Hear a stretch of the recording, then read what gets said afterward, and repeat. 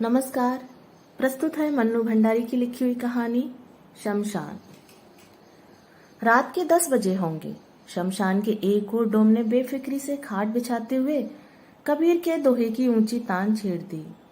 जेहि घट प्रेम न संचरय सोई घट जान मसान। शमशान का दिल भर आया। एक सरदाह भरकर उसने पहलू में खड़ी पहाड़ी से कहा, मैं इंसान को जितना प्यार करता हूँ उतनी ही घृणा उससे पाता हूँ। सभी मनुष्य यही चाहते हैं कि कभी उन्हें मेरा मुंह न देखना पड़े, पर वास्तव में मैं इतना बुरा नहीं हूँ। संसार में जब मनुष्य को एक दिन के लिए भी स्थान नहीं रह जाता, तब मैं उसे अपनी गोद में स्थान देता हूँ। चाहे कोई अमीर हो या गरीब, वृद्ध हो या बालक, मैं सबको समान दृष्टि से देखता हूँ। पर इससे क्या होता है? मेरे पास वह प्रेम नहीं जो मनुष्य की सबसे बड़ी निधि है। मेरे दिल में मोहब्बत का वह चिराग रोशन नहीं होता जिसके बल पर मैं उसके दिल में अपने लिए थोड़ा सा स्थान बना सकता। नहीं जानता खुदा ने मेरे साथ ऐसी बेइंसाफी का सलूक क्यों किया। शहर और शमशान के बीच खड़ी पहाड़ी मुस्करा दी।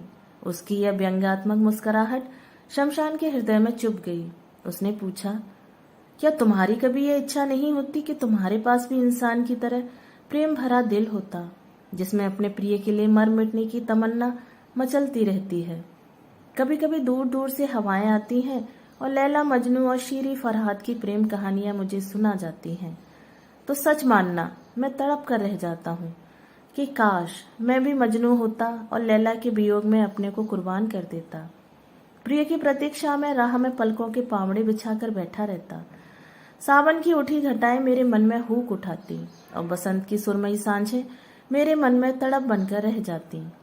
जीवन का मेरा यही उद्देश्य होता, उसकी मौत मेरी मौत। पर क्या करूं?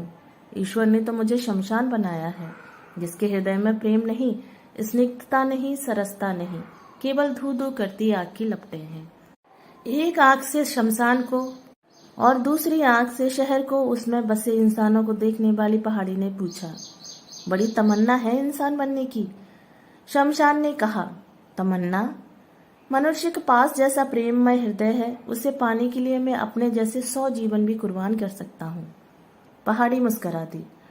इतने में ही किसी के करुण क्रंदन ने शमशान के शुष्क हृदय को दहला दिया। एक छोटी सी भीड़ किसी शव को लिए चली आ रही थी। उसमें एक सुंदर नवयुवक फूट फूट कर रो रहा था, मानो किसी ने उसका सर्वस्व लूट लिया हो। लाश उतारी गई। वह उस नवयुवक की पत्नी थी।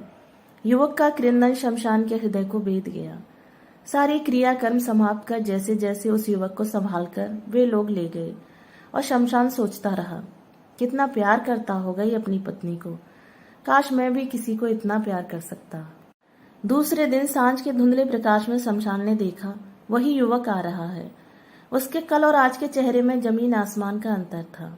एक रात में ही जैसे वह बूढ़ा हो गया था, आंखें सूजकर लाल हो गई थी। वह पागलों की तरह लड़खड़ाता हुआ आया और अपनी पत्नी की राख बटोरने लगा। कुछ देर तक हिचकियां लेता रहा और उसकी आंखों से निरंतर अश्रु बहते रहे। फिर जैसे भावनाओं को बांध टूट गया, वह सिर फोड़ फोड़ कर रोने लगा और चीखने लगा, तुम मुझे छोड़कर कहाँ चली गई सुकेशी? याद है कितनी बार तुमने कसमें खाई थी कि जिंदगी भर तुम मेरा साथ दोगी, पर 2 वर्षों में ही तुम मुझे अकेला छोड़कर चली गई। अब मैं तुम्हारे बिना जीवित नहीं रह सकता। तुम मुझे अपने पास बुला लो, नहीं तो मुझे ही तुम्हारे पास आने का कोई उपाय करना पड़ेगा। तुम नहीं तो मेरे जीवन का कोई अर्थ नहीं, कोई सार नहीं, कोई रस नहीं। तुम ही तो मेरा जीवन थी, मेरी प्रेरणा थी। अब मैं जीवित रहकर करूंगा ही क्या? मुझे अपने पास बुला लो। मैं तुम्हारे बिना नहीं रह सकता, नहीं रह सकता, किसी तरह भी नहीं रह सकता। इसी प्रकार वह विलाप करके रोता रहा, सिर फोड़ता रहा और मूक शमशान अपनी सूखी पतराई आंखों से इस दृश्य को देखता रहा। इंसान बनने की, प्रेम करने की और अपने प्रियतम के वियोग में इस नवयुवक की भांति मर मिटने की तमन्ना और अधिक जोर पकड़ती रही। वह यही सोचता रहा, काश मैं भी किसी को इसी तरह दिलो जान से प्यार कर सकता। उसके पहलू में खड़ी पहाड़ी मुस्कुराती रही। रो धोकर वह व्यक्ति तो चला गया, पर शमशान के हृदय को उसके आंसू गर्म सलाखों की तरह दग्ध करते रहे। उसने पहाड़ी से कहा, इस व्यक्ति की व्यथा ने मेरे हृदय को मथ डाला। यूं तो यहाँ रोज ही ऐसे कितने ही व्यक्ति आते हैं, पर जाने क्यों इसके दुख में, इसकी वेदना में ऐसा क्या था जो मैं कभी भूल नहीं सकूंगा। तुम देखना, अब यह जीवित नहीं रहेगा।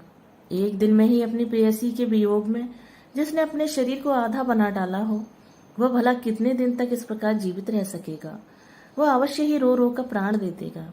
और मैं भी चाहता हूँ कि वह मेरी गोद में आ जाए और मैं दोनों को हमेशा के लिए मिला दूं। सारे दिन वह युवक के शव की प्रतीक्षा करता रहा, पर शव न आया। हाँ, आसमान में जब सांझ का धुंधलका छाने लगा तो वह युवक आया और वैसे ही पागलों की तरह प्रलाप करता रहा। 3-4 दिन तक यही क्रम बना रहा। फिर युवक का आना भी बंद हो गया, पर शमशान उसे भूल न सका। प्रत्येक शव को वह जाने किस उत्सुकता से देखता और फिर कुछ खिन्न हो जाता। एक दिन उसने पहाड़ी से पूछा, तुम्हें तो शहर का कोना कोना दिखाई देता है, बता सकती हो उस युवक का क्या हाल है? पहाड़ी ने मुस्कुराते हुए कहा, नहीं। शमशान ने कहा, मेरा अंतःकरण रह रहकर कह रहा है कि अवश्य ही उसने आत्महत्या कर ली होगी। वह शायद नदी में डूब गया होगा या किसी ऐसे ही उपाय से अपने आप अंत कर लिया होगा कि मैं उसकी लाश को भी नहीं पा सका। मेरी कितनी तमन्ना थी कि मैं उसे उसकी प्रिया के पास पहुंचा देता। पहाड़ी ने पूछा, तुम्हें विश्वास है कि वह मर गया होगा? शमशान खींच उठा, तुम तो बिल्कुल ही पत्थर हो। जिसके हृदय को प्रेम की पीड़ ने बेध दिया हो वह कभी जीवित नहीं रह सकता। पहाड़ी केवल मुस्कुरा दी। दिन आए और चले गए। अपने आंचल में इंसानों को अपने प्रेमियों के वियोग में आंसू बहाते देख शमशान का मन इंसान के प्रति और अधिक श्रद्धालु होता गया और यह क्रम चलता गया। इंसान शमशान के अलौकिक गुण गाया करता और पहाड़ी मुस्कराया करती। इसी प्रकार 3 वर्ष बीत गए। 3 वर्ष की लंबी अवधि भी शमशान के मन से उस सुंदर युवक की व्यथा को न पहुंच सकी।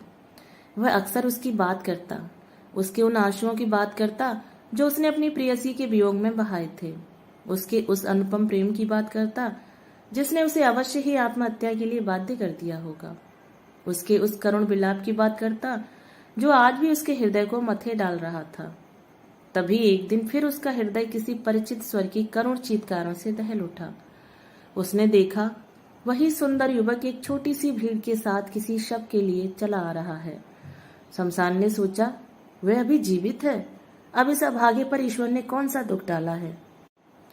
पर वहां पर जो बातचीत हो रही थी उससे यह समझने में देर न लगी कि यह भी उसकी पत्नी ही थी। सब लोग कह रहे थे, इसके भाग्य में पत्नी का सुख ही नहीं लिखा है, वरना 5 ही वर्ष में यह 2-2 पत्नियां न छोड़ जाती। अभी बेचारी की उम्र ही क्या है। आज भी युवक का क्रंदन अत्यंत करुण था। आज भी उसकी चीत्कारें हृदय को दहला देने वाली थी। आज भी उसके आंसू गर्म सलाखों की भांति हृदय को दहला देने वाले थे।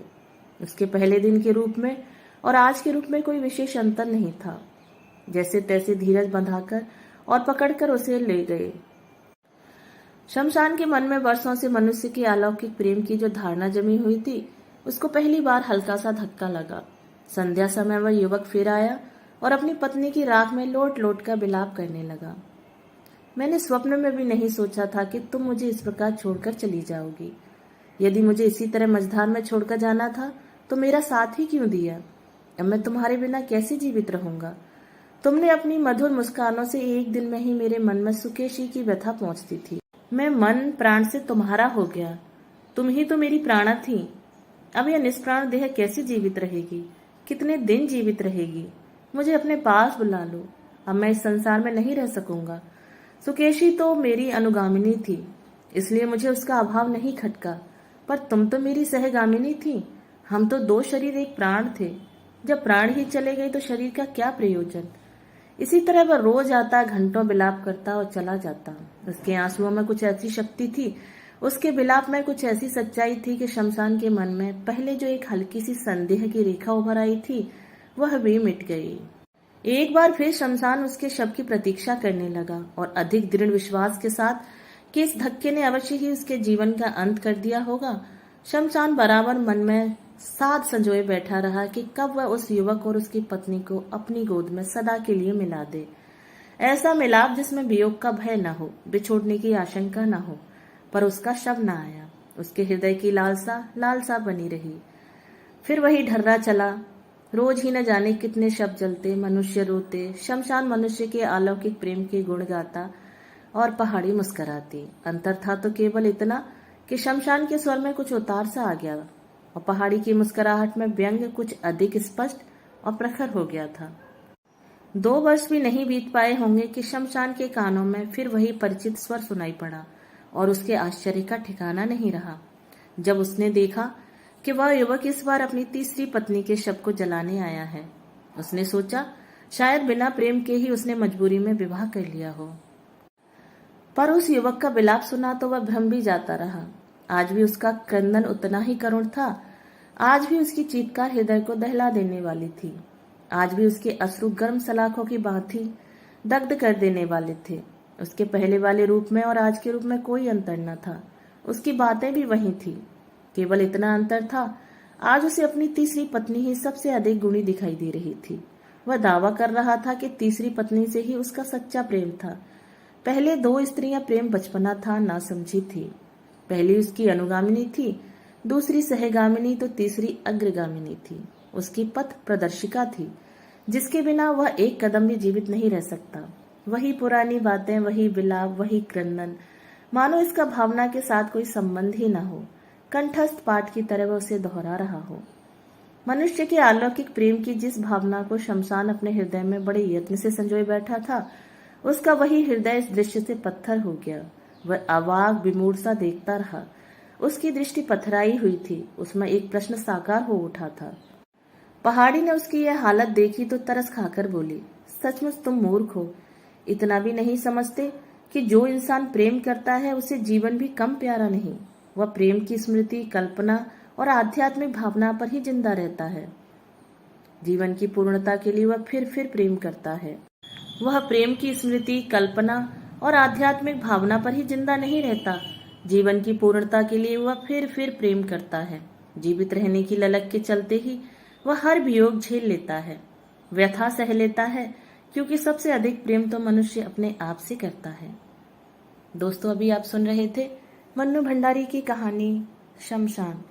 अगर आपको ये कहानी पसंद आई हो तो मेरे चैनल को सब्सक्राइब और मेरी वीडियो को लाइक और शेयर जरूर करें। धन्यवाद।